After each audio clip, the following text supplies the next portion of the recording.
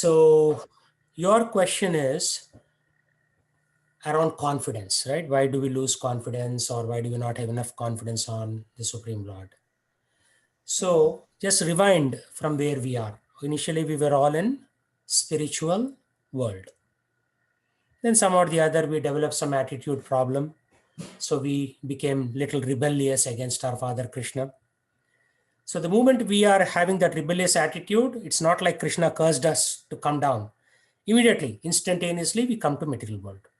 So we may come as Brahma initially, or we may come as some very elevated person. And then if we continue to make mistakes, then we go down, down, down from Tapa, Jana, Maharloka, like that. And then we come to Swarga Loka, then we come to this particular Loka. Some of us screw up, make mistakes, and we may go to Patal Loka or Atala Vitala. Again, we come back to this earthly planet. So some or the other, we made some mistakes, and we are right now in Bhuloka. So, and it has taken many, many millions of lifetimes in this whole journey up and down, this tube, which is in the stalk of a lotus flower on top of which Brahma sits. So we are all trapped in this big lotus stalk, the stem of lotus flower. Then what happens? Because we have free will, we'll say, okay, I'll do this. And we make more mistakes, more implicated in karma. And then karma acts like a curtain around us, ignorance. So we continue to make mistakes and we cannot escape. On our own, we cannot escape. Only some Acharya like Swami Prabhupada or Ramanujacharya or Madhvacharya comes. They give us some knowledge to start thinking, Arey, that is called Atato Brahma Jignasa. Why am I doing this? I'm such an idiot. I'm doing the same thing again and again every lifetime. So at that point, that inquiry has begun. And then we develop confidence by hearing the signs from a qualified spiritual master. So confidence doesn't innately reside in us. It comes from outside. So spiritual master gives us this confidence. And then based on that confidence, then anarthas will go away, nishta will come, bhava will come, prema will come, and hopefully we'll go back. It may take 1 lifetime, 3 lifetimes. Typically, it is not 1 lifetime. At least it takes 3 lifetimes to get out of this. In the final lifetime, the Vrajavasis will train us in how to serve Krishna, because we have no clue how to serve Krishna. So right now we are still struggling with question and answer. We are in the Q&A mode. So once we get out of that mode and once Nishta develops, then somebody will train us. So it may not happen typically in 1 lifetime. I mean, I've been doing it for 18 years. It's very tough in 1 lifetime. So let's prepare in such a way that next lifetime or the following lifetime, we can go back.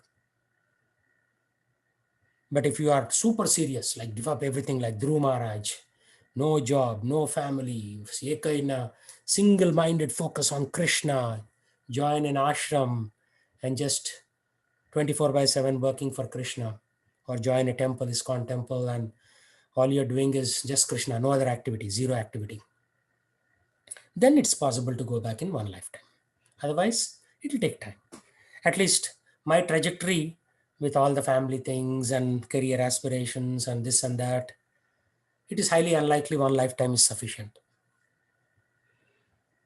But I've seen my own colleagues who quit Microsoft job, went and joined a temple in Tamil Nadu.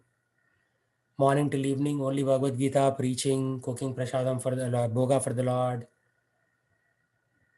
For them, there is a slightly higher chance. But even then, even if they make a small mistake, just like Maharaj Riga made a small mistake of giving a cow, the same cow to 2 different brahmanas, and then one of them cursed Maharaj Riga to become a lizard. But luckily he was a lizard in Vrindavan, so he got association of the Supreme Personality of Godhead.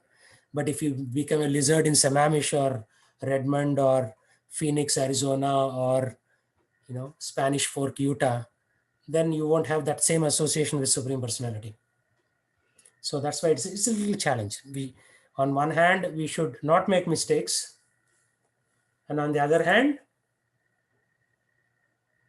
you should progress in devotional service. Remember in the last verse he said these two things. One should execute the process of devotional service and avoid impediments to progress. So this is where we struggle. This is our real struggle point.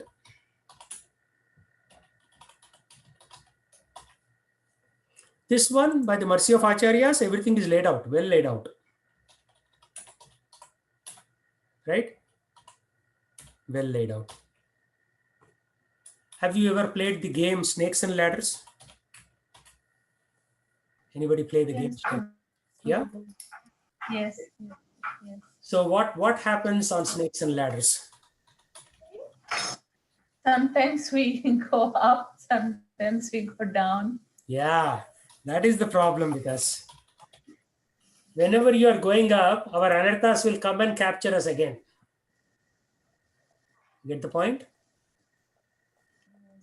Our anarthas will come and capture us. Why I'm going here is, I gave this to one of my students to make a translation. I think it's already gone. After some time, it gets removed, right, from WhatsApp. So there is Snakes and Ladders. If you see,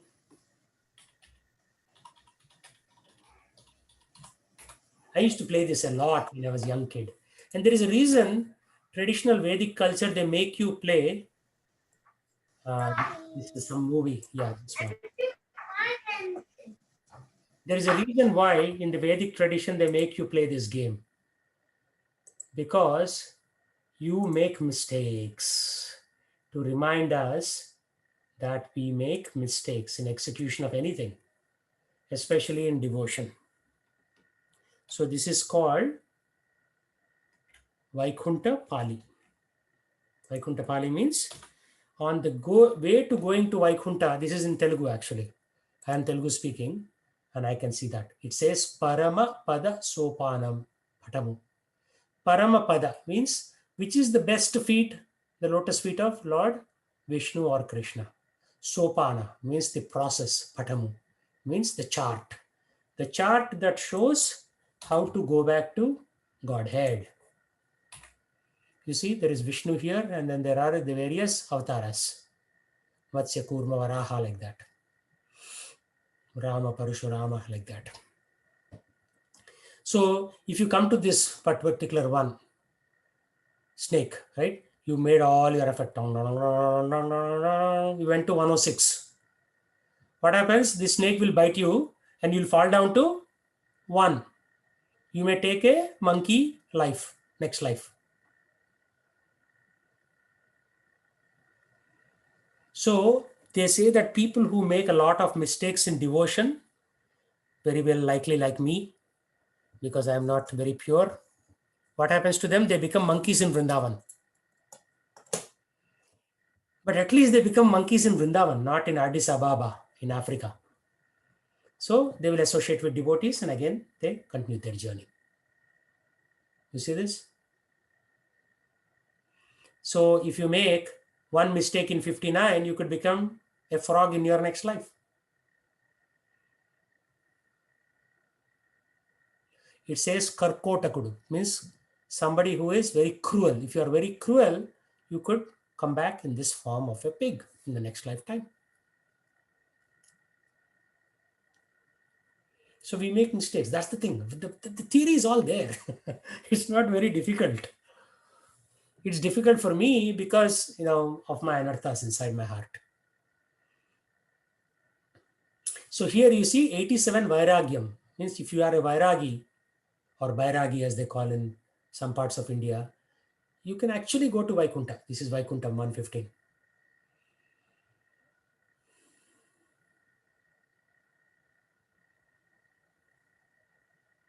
And this is amazing. It says Ahakaramu. Ahankaram. At 121, even after going to Vaikunta, you can have some ahankar. Just like Jaya and Vijaya, although they are much more, million times purified than me, they displayed apparently a slight ahankar with the 4 Kumaras. So they became Rakshasas. You see 99, Rakshasa. So this game is designed to teach kids how to go back to Godhead. But unfortunately now, what do we pay? Harry Potter. How is Harry Potter going to help you?